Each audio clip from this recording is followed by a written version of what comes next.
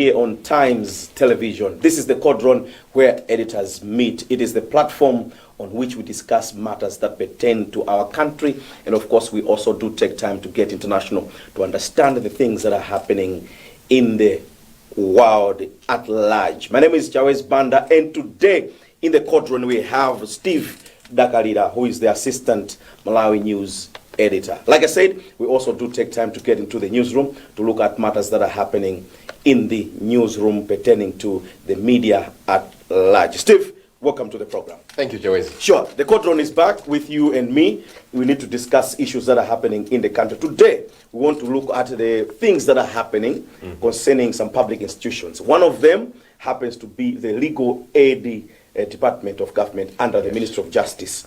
The Legal Aid are saying they want to they have made a proposal to amend Section 14 of the Legal Aid Act to allow for legal representation of the marginalized and less privileged people in the country by paralegals. These are what they want to employ as legal aid assistants so that they can assist to offload some of the backlog in terms of cases that they have registered with the Legal Aid Bureau. These are people generally who would love to have perhaps legal representation in the country's courts, but they cannot perhaps afford to hire a private practice lawyer because of the costs that perhaps they are charged. But when this issue came on the fore, the Malawi Law Society are saying no, this is not supposed to happen, because when they do that, when they employ paralegals to be representing these people, standards are going to go down.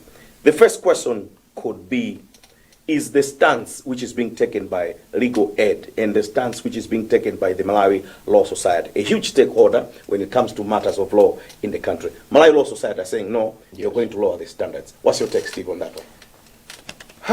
It's very good that such a healthy debate is happening, but it's only sad that I think it's a discussion that has been delayed.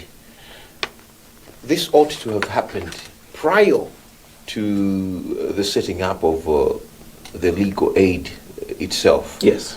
Because sad because a lot of people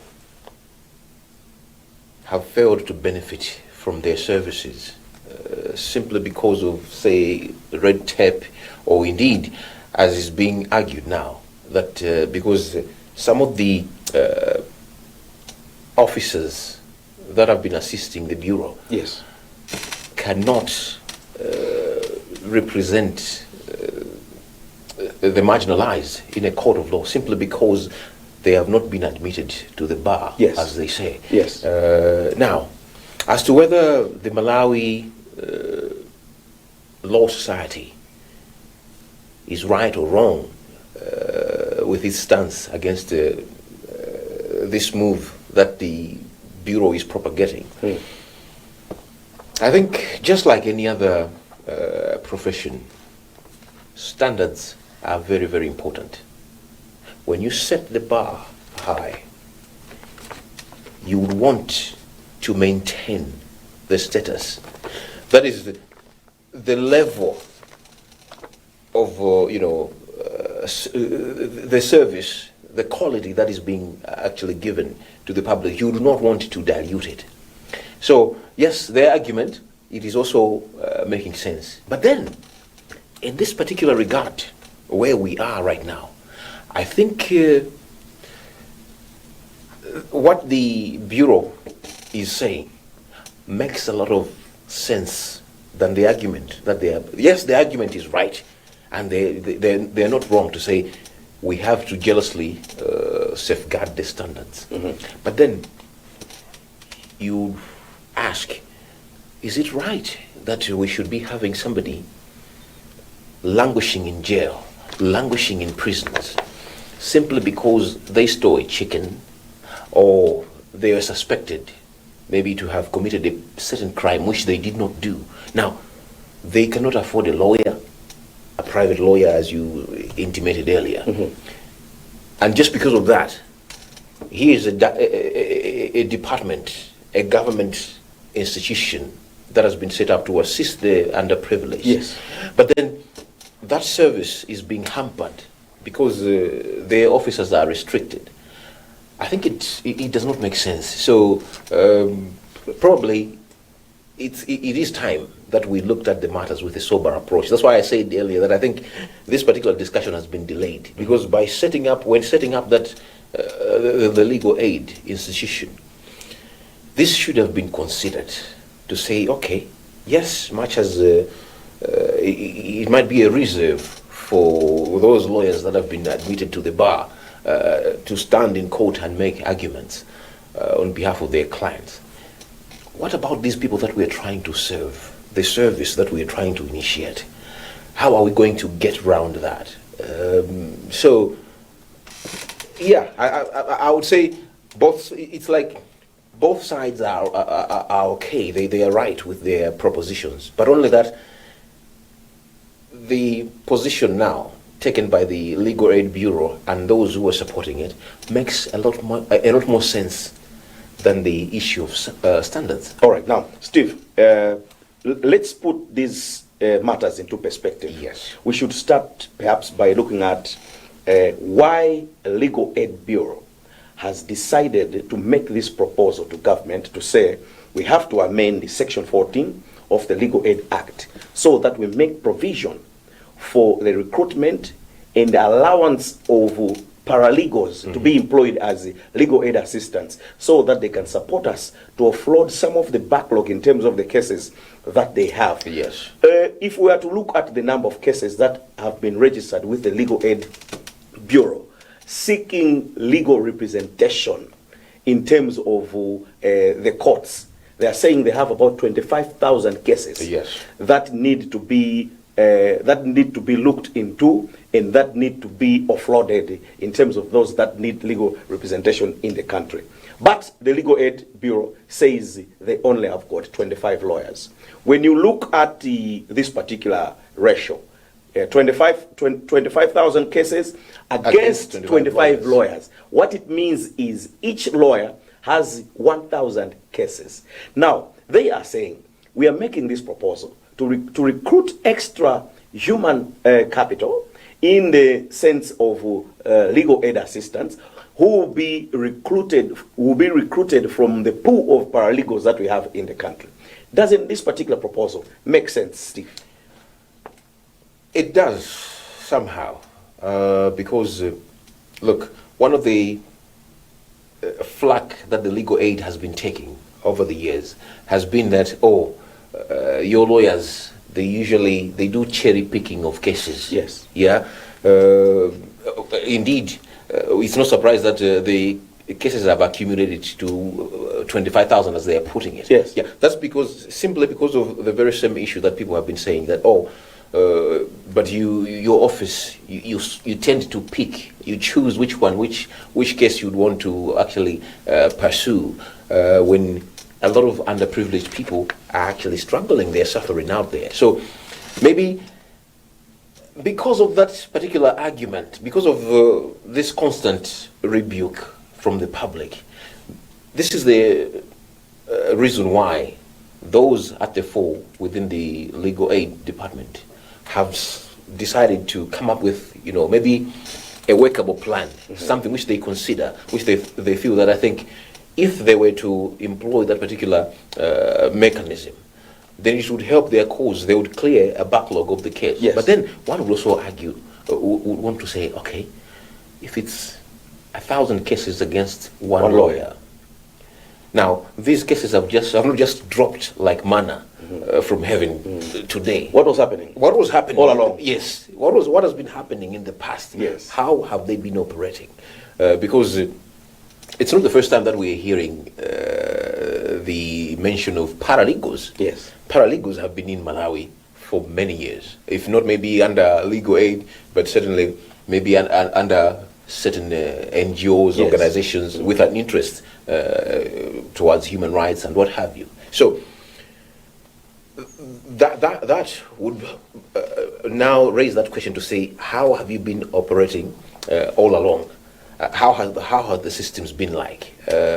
Have there not been any assistance all along that have been actually providing support?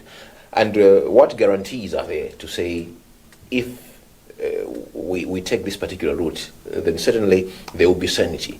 Of course, I'm mindful of the fact that the legal aid director did mention, I think, in one of the stories that we heard over the past few weeks, that some of the officers that they have are even highly qualified because they pursued law perhaps in abroad, where they met the requirements, they have been certified, but just simply because here in Malawi there have been some bottlenecks to have them actually admitted to the bar. Yes. But in terms of capacity, they have, and he even did mention that some of them are even much brighter than what we have. Than those at the Malawi Law Society. Yes, that's what he said. Beautiful. Now, yes. Steve, I was heading there to say we need to dissect these issues bit by bit, piece by piece. Yes. I want to look at this issue of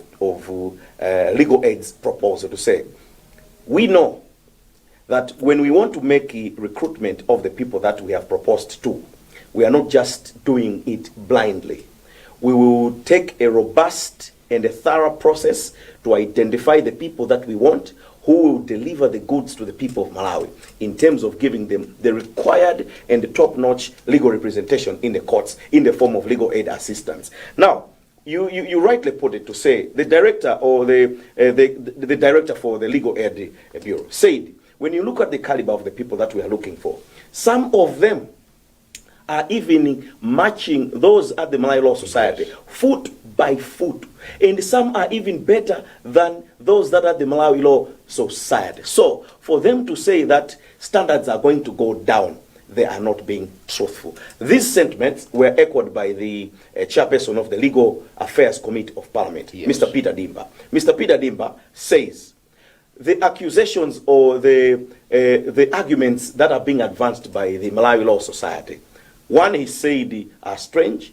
Two, are misinforming. Three, he said, are not pragmatic.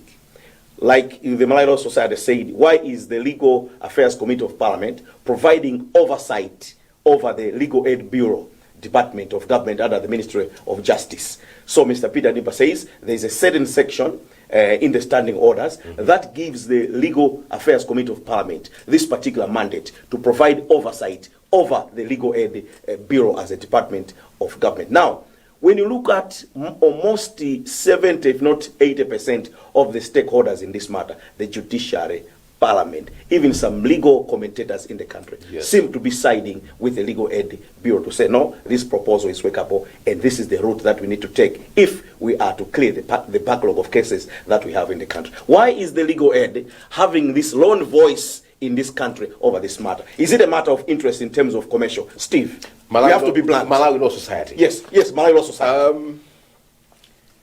That could be, to a particular extent. Yes, I think the commercial interest, we can't run away from that factor. But then sometimes... Is it not that's the biggest interest? No. What I wanted to say is sometimes just because somebody, a particular group is in majority, sometimes the majority voice may not be right. Yeah, may not be necessarily right. Are you sure? Yes. That we have always to keep at the back of the head, of our head. What I'm saying is, yes, the interests are huge, like I said right from the outset, that yes, it doesn't make sense. There are a lot of cases. Yes. We are not doing justice to the people. Now, my reason is, as I said earlier, I feel both sides, what they are propagating, what they are putting across, it does make a lot of sense. But then the thing is, there has to be common ground. Of course. Yes, because at the end of the day, we should not be saying, oh, just because Legal Aid Bureau and the others, and all the others, they're saying, this is the way to go, let's have the paralegals in.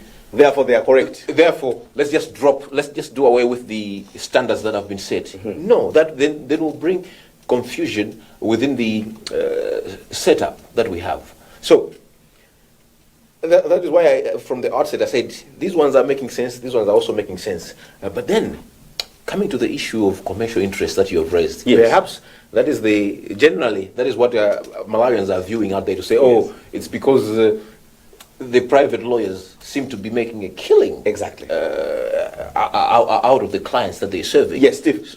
Yes, I understand what you're saying. Yes. Now, that is why I said, let us look at these matters in a broader context. Yes, yes. Because when you see the issue that is being advanced by Malay Law Society, they are talking about matters of standards. So, the Legal Aid Bureau, in its proposal, it is saying, when you talk about standards, we are saying these paralegals, when they are employed as a legal aid assistants, will only provide legal representation at the lower courts, the subordinate courts, yes, at the magistrates' courts. And they will only help in cases that are very, very petty, misdemeanors. They will look at matters. Let's say you talked about issues of stealing of chicken, maybe chaos in the Those villages, small cases. Maybe some of them more civil in nature. Those are the cases that the legal aid, these legal aid assistants will be looking at. They even said we will make sure that we put in place regulation, because when they were saying it is a matter of standards, they said no. When you talk about standards, yes, we understand it is important that we should maintain the standards, but we'll bring in regulation that will help to support and maintain the standards that you are talking about. How do you look at this particular issue, Steve? That's why I said both sides, both arguments are making sense. Now, by them saying, oh, we'll put in measures for regulation and what Yes. have you, it means they are recognizing. In fact, they are recognizing that there are indeed standards that have to be met. Mm-hmm. Now, this is why I said all the interested parties, all the stakeholders, they should have, in fact, they are meeting as we speak. Yes.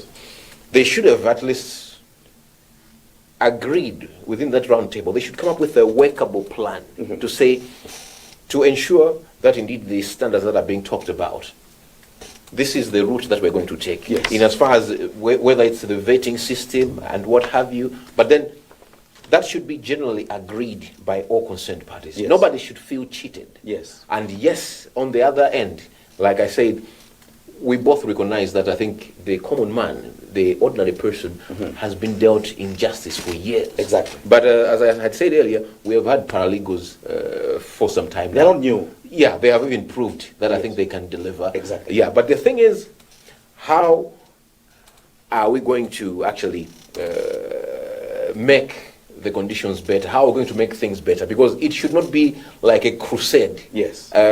Somebody trying to pursue one particular vendetta. Not necessarily. Yes, it's for the Malawian cause, Yes. but because we want to save the ordinary person, it doesn't mean that we should actually just cut corners, but we should go by the book. This is what we're trying to do. This is what we are bringing to the table as Legal Aid Bureau.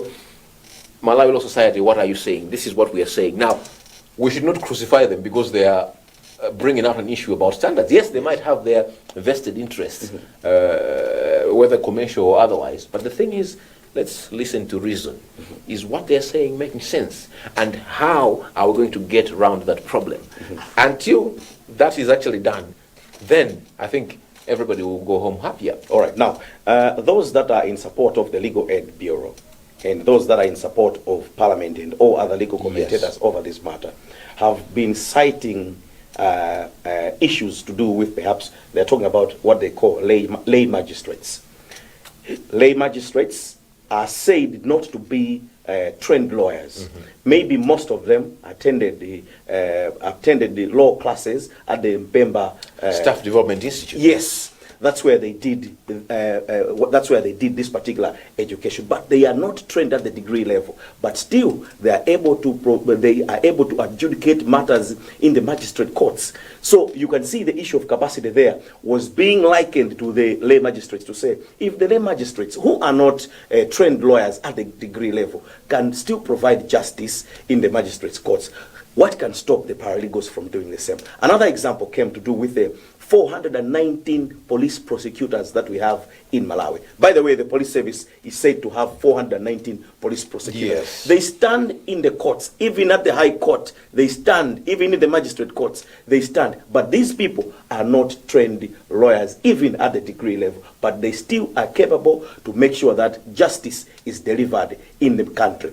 What can stop the paralegals in Malawi from doing the same when you look at the examples that I've given, Steve? Very good. Now, indeed, what has stopped what has stopped the paralegals all over the years From doing? standing? Yes, because that should be the question. Exactly. Why is it that they have failed all along when the others you have cited have been actually... Exactly. Yes. So the thing is, and until we address that particular impediment, that which has prevented them from standing in that court, that is where now we have to clear the problem. Whether it's Malawi Law Society's argument, whether it's legal aid's argument, but the thing is, we have to come to a common ground where we have to say, okay, why is it that we have failed over the years to have these paralegals represent people at a higher level, maybe in court? So until we get to the bottom of that, because I don't think somebody just woke up and said, no, these people, these paralegals cannot actually stand in a court of law, in a higher court of law. There were actually factors that they considered, that they looked into. Now, unless those have been revised, unless the arguments have changed and they make a lot of sense, only then should we go about tampering with the system. It should, like I said, it should not be like an individual fight that, Yes. it's this particular group pitted against this particular Yes. group. No. As a Malawian, I would want to see a vibrant judicial system where actually standards are regarded, are respected, but also where service delivery is very fair to the common man. If it means upgrading the paralegals to ensure that they actually go toe to toe with those who have been admitted, the full-fledged lawyers, then it has to be in a systematic way, in an acceptable way, not just because we want to clear this backlog, therefore we'll go by one size fits all. That in itself might even create confusion.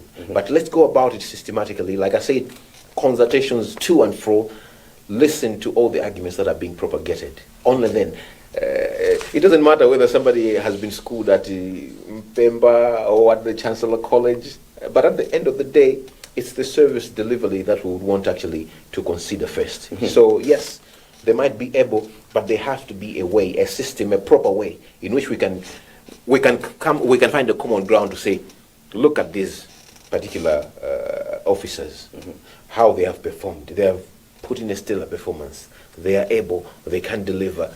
What is it that they lack? What are the requirements?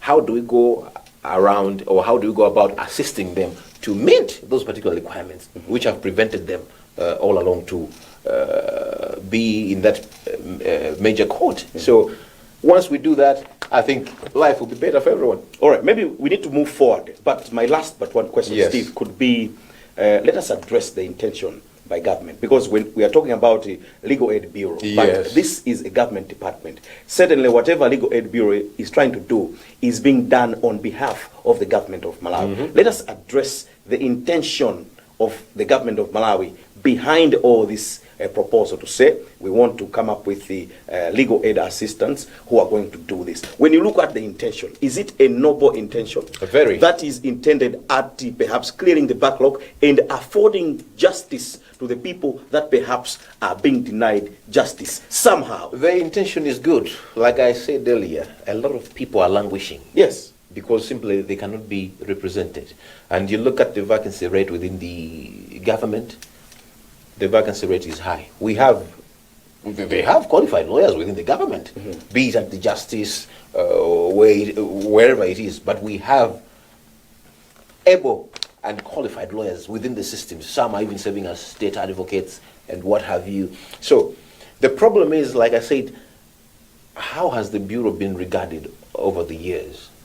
It's because it has somehow acted as a training ground.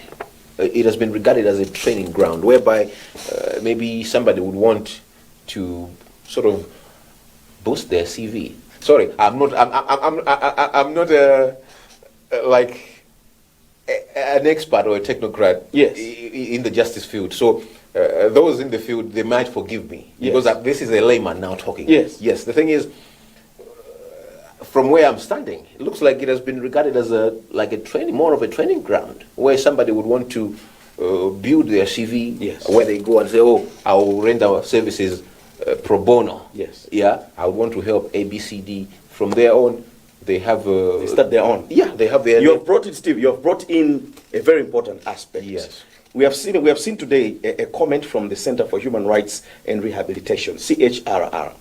It has made its position clear, without getting to the position of the CHRR.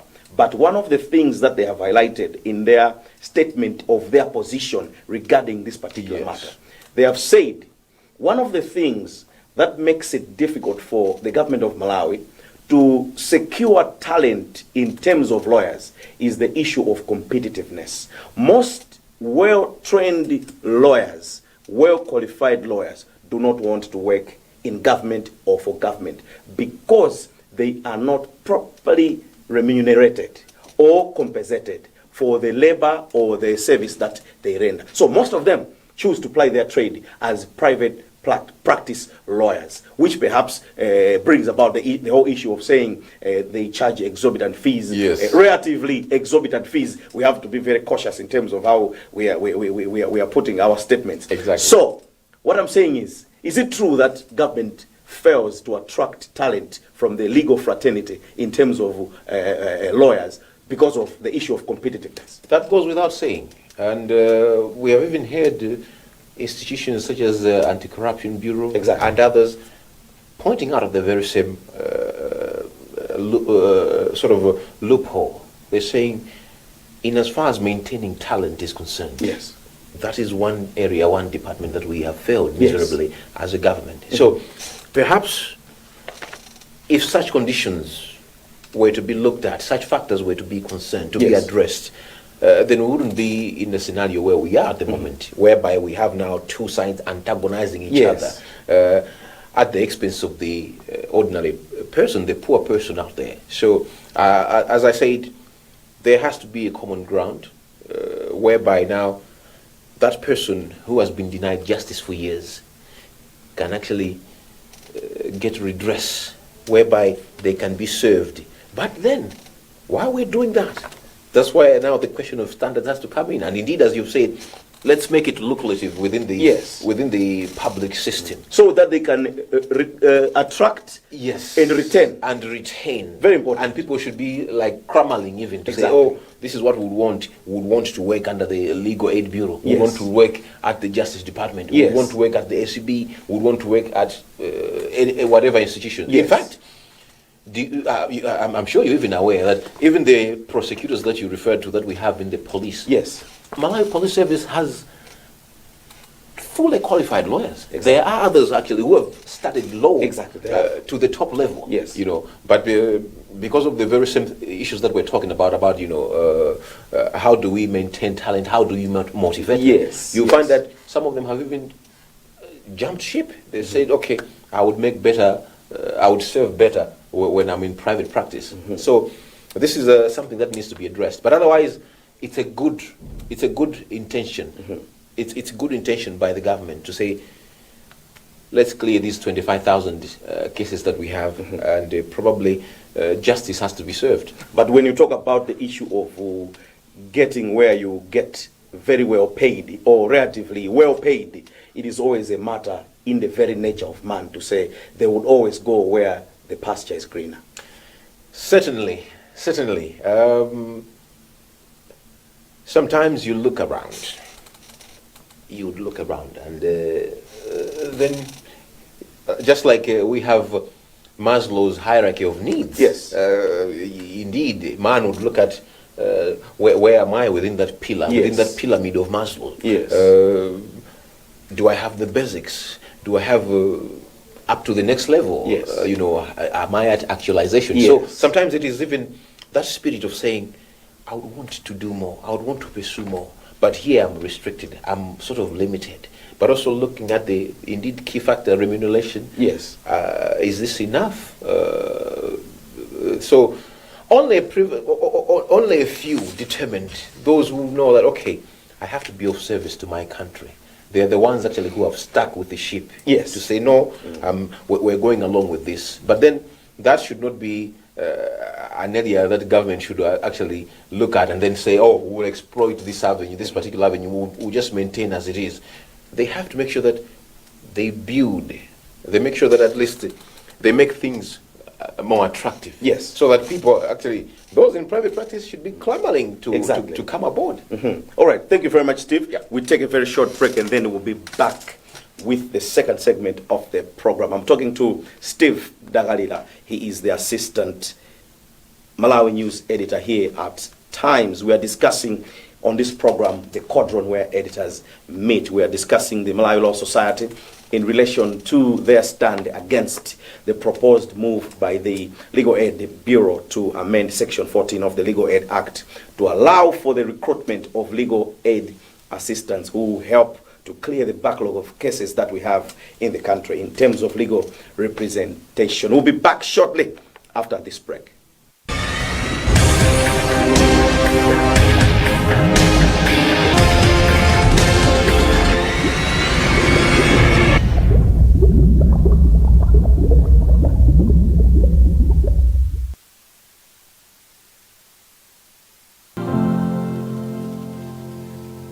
It's about time.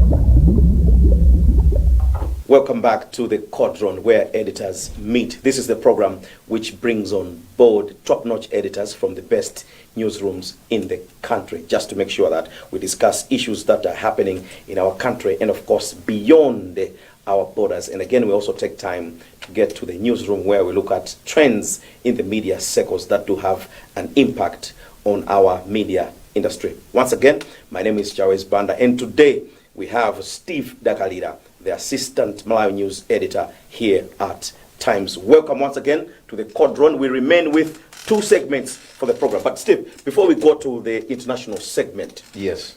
there was something that you wanted to add it. I just wanted to conclude Yes. quickly that on the issue of standards, it doesn't necessarily mean that the lawyers that are there in private practice, they're sort of above board. All of them are above board, Yes. or they are immune Yes. to mistakes. We have seen over the years there have also been some lawyers who have been barred from practice. Exactly. For reasons of, maybe Bribery. Yes, bribery. Judge shopping. Even embezzling funds. They've even been losing cases. Yes. So I just wanted to highlight that factor, to say that yes, much as indeed we're saying, oh, the issue of standards, actually it holds, it does hold the argument they are propagating, but so also similarly on the other side, others have failed to actually preserve those very standards Within their own family. within the that particular club. Yes. Yeah. All right, Steve, thank you very much for that addition. Now, let's get to our international segment. Recently, I think a couple of days, if not a week ago, Yes. we heard of a coup d'etat which has taken place in Guinea.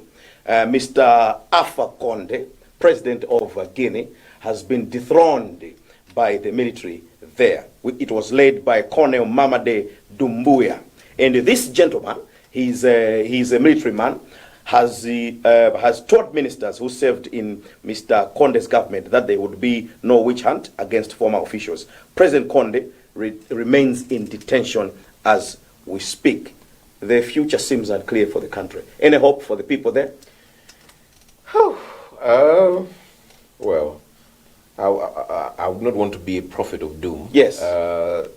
Certainly, I'm sure that things would settle down. There would be normalcy sooner or later. But then the thing is, you look at how the president who is being held, Conde, how he also assumed power. Yes. You look at the route. It was the very same Coup d'etat. Yes, whereby now the very same gun that actually somebody used to oust somebody. Yeah. He got into power Yes. through the barrel of a gun. Through the barrel of a gun. And through the same barrel, he's been ousted. He's been ousted. So what goes, as they say, what goes around comes around. Exactly. But then this also brings to mind the fact that perhaps countries in West Africa.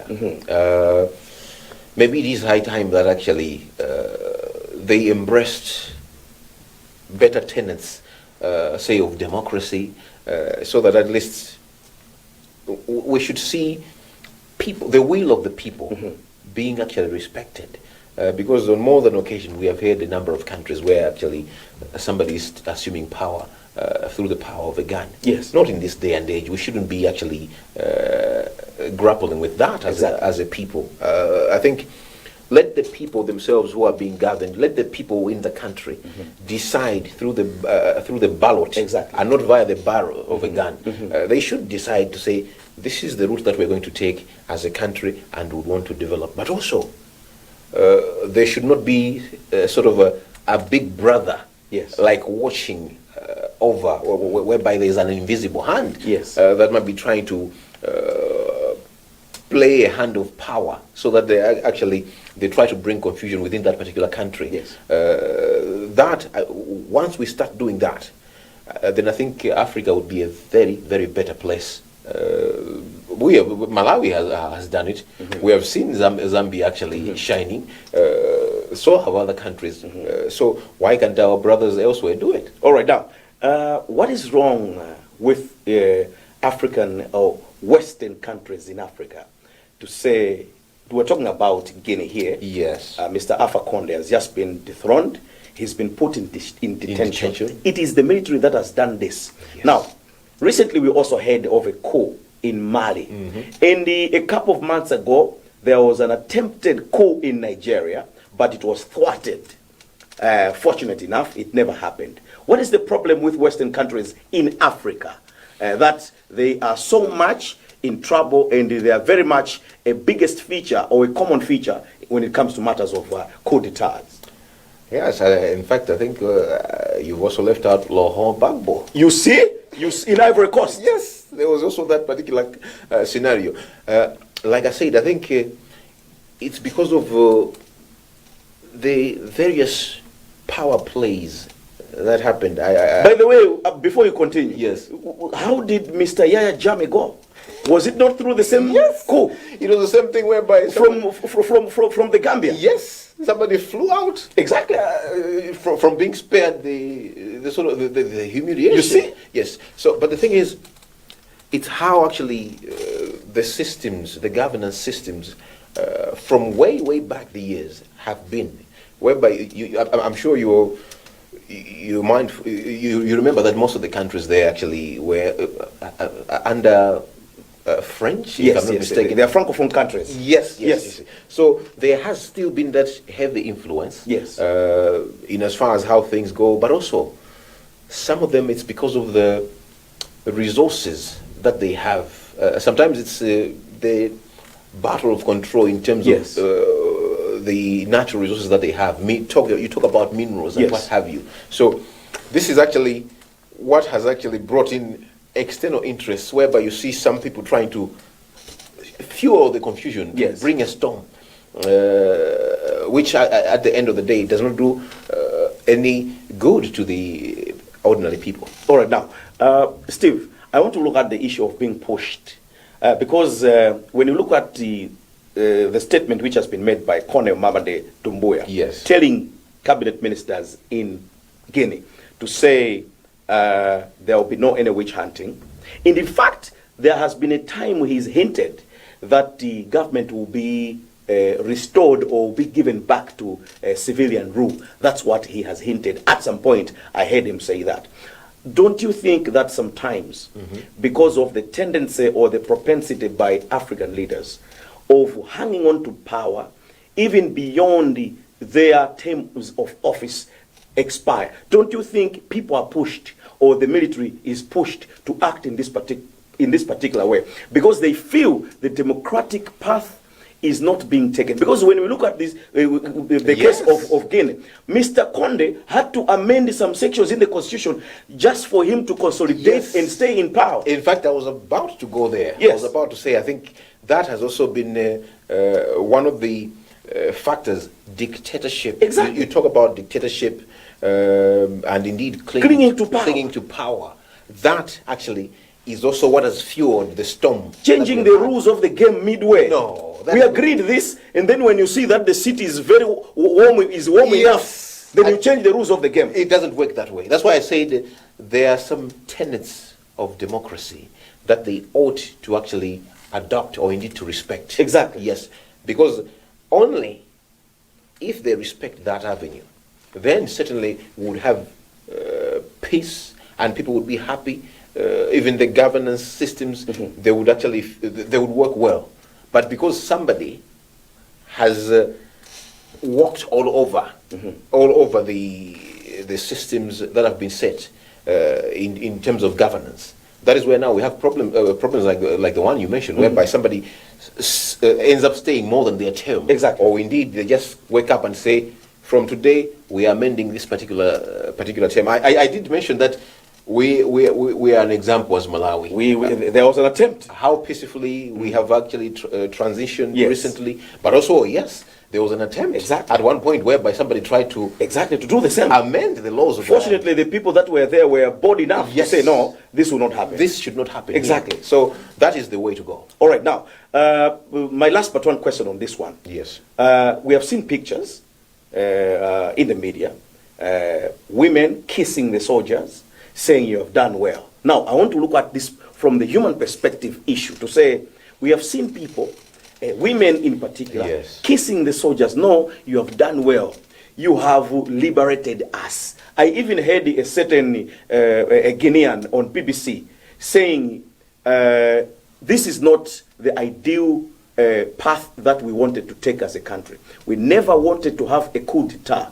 But if anything, we were only hoping that Mr. Alpha Conde dies soon, so that we are free. But now that he has not died, but the military has stepped in to liberate us, we are happy, even though this is not the ideal way that we wanted. What does this particular statement entail, Steve? It means that, like I had said, that democracy is usually the way to go. Even if this was not the ultimate way. Yes. But then this is what has happened. Yes. And indeed, as the Army General has promised, that at the soonest opportunity, civilian rule would want to restore civilian rule. Yes. So that means that this is what the people there they want. This is what they want for their country. They respect that here is a country that has its own laws and set systems. Nobody should violate them. So, yeah, I think. That was just a way of the women expressing their joy. They were relief. Yes, relief, a sigh of relief. Overjoyed. But at the end of the day, what we want to see is there should be proper transition of power and restoration of the civilian rules. That's what we need because we live in democratic societies. Yep. My last but one question, Steve, on this one is mostly these things are happening under the clear and close watch of the African Union. We can never discuss cause. We can never discuss health, education, how people get old in Africa without mentioning the African Union. There was a time, I'll never mention names. There was a time I spoke to one gentleman who represented the African Union in Malawi. He was resident in Zambia, so he was looking after Zambia, Mozambique, Malawi, and Botswana. So this gentleman came to Malawi. I asked him a question to say, what does the African Union say when some African leaders hang on to power, cling to power beyond their express term limits? What is the position and the stand of the African Union? What do you do? The gentleman didn't give me an answer. What do you think? There is your answer. What is the relevance? He didn't give me an answer. Yeah. What is the relevance of African Union when it comes to such matters? Because it should have been in the forefront, sort of organizing the region, just as it was before. We had they used to call it Organization of African Unity. Yes, OAU. You would see it time and again at the heart of trying to bring sanity when issues of this nature arose. But much as others, I say, the African Union is vibrant, but I think they haven't scored major points when it comes to these issues whereby we're seeing coup d'etats left, right, and center, and especially considering that it's happening within the very same region where probably their headquarters is. Like, Correct. look at what is happening in Ethiopia. You see? Constantly. The heart of the African Yes, Union. constantly. That's where the Issues. headquarters sits. That's where they are. But then, day in, day out, you hear the issues. In the Tigray region. There are always storms there. Steve, we take a very last break and then we'll come back for the last mile of our program, the newsroom segment. Just a flash, we'll be back with the very final lap of the program.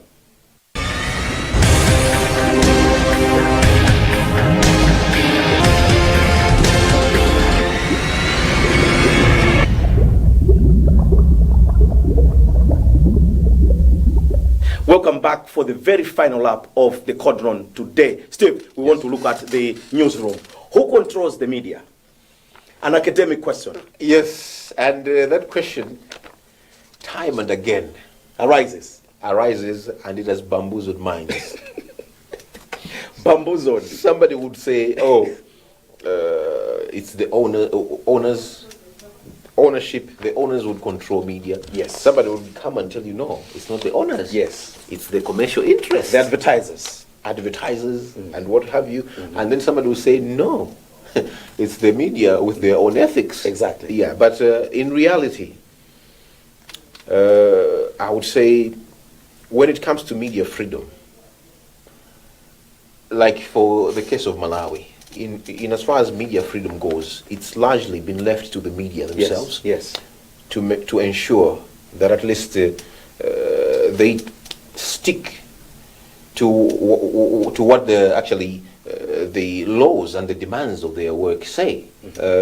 I don't think that many owners have interfered, or indeed the hand of commercial interests overplaying itself. But we have seen cases where some scenarios whereby you would see that maybe media freedom interests do sort of come into conflict. That's exactly the question I wanted to pose. Yes. To say, do we sometimes have conflict amongst stakeholders in the media industry? Yes. Politicians, advertisers, owners of the media houses, even the workers themselves. Yes. They are being torn apart in terms of ethics, being taught to do one thing when your conviction is saying the other. Time and again, that has arose. But, like I said, in the case of Malawi, we have, to a large extent, we have been left to enjoy Yes. the various media freedoms that are there. And actually, even where you'd find that maybe the hand of ownership or the hand of commercial interest Is there. is trying to overplay itself. political hand. Yes, or a political hand here and there. Yes. You would find that there have been voices that have usually come up to say, no. Much as, yes, you have these particular interests, but make sure that do not kill the media freedom. In such scenarios, Steve, last question. Yes. Time is out. Does the MISA matter? Does the Media Council of Malawi matter when it comes to matters of media freedom? Do they step in whenever they see an infringement on media freedom?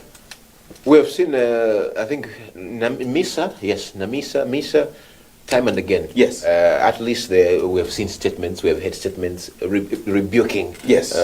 When politicians overplay their hands. Exactly. Coming out in full force. Media Council of Malawi, I think they haven't been that active. Yes. I'm meant to believe right now it's on a course to sort of a resuscitation. Yes. Into the old Media Council that we used to know. But when they are at their very best, They can bite. they can bite, and even when it comes to issues of regulation and Yes. ethics, Media Council has been key in previous years. All right. Yeah. Steve Dagalida, thank you very much for taking time to be my host today. It is a big pleasure for me to No, be here. I was your guest. I don't take it for granted. Thank you very much. Yes, Pleasure. for being my guest. Yes, a thank you very pleasure, much. Steve. pleasure. Thanks a lot. That's Steve Dagalida, the assistant editor here at Times. He edits the Malawi News. My name is Jawis Banda, thanking you for being there because we have had this very in-depth discussion relating to the Malawi Law Society, Legal Aid Bureau, and of course we also had to go outside the country to look at matters that happened or that are happening in Guinea, and we got back into the newsroom to look at issues over media freedom in relation to the media industry in Malawi. Once again, my name is Jawis Banda. Until next time, when the program returns. I'm just saying keep watching Times and enjoy the rest of our programs.